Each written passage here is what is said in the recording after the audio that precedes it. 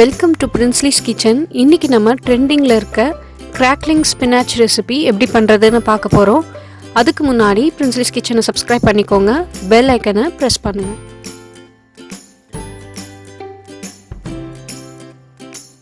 First நம்ம பாலக்கீரையை நல்லா கழுவிட்டு ட்ரை பண்ணிவிட்டு இந்த மாதிரி சைஸில் கட் பண்ணி எடுத்துக்கோங்க.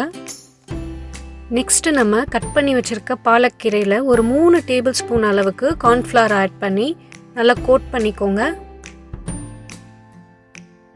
எல்லா இலையும் லைட்டாக கார்ன்ஃப்ளவரில் கோட் பண்ண மாதிரி இருக்கணும், அதுக்கேற்ற மாதிரி நல்லா கோட் பண்ணிக்கோங்க.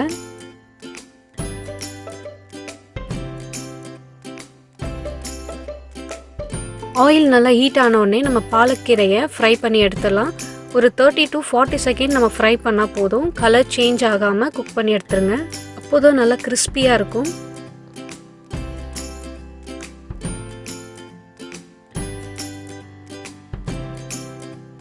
இப்போ நம்ம ஒரு பேனில் கொஞ்சமாக வெள்ளை எள்ளை ரோஸ்ட் பண்ணி எடுத்துக்கலாம்.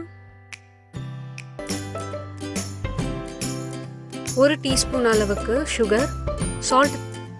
இப்போ நம்ம 1 டேபிள் ஸ்பூன் அளவுக்கு ரெட் சில்லி ஃப்ளேக்ஸ் ஓகே நம்ம நல்லா க்ரஷ் பண்ணி எடுத்துக்கலாம்.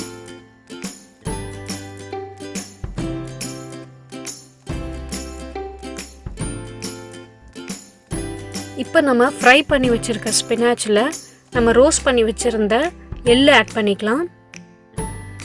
நெக்ஸ்ட் நம்ம க்ரஷ் பண்ணி வச்சுருந்த அந்த பவுடரை ஆட் பண்ணிக்கலாம்.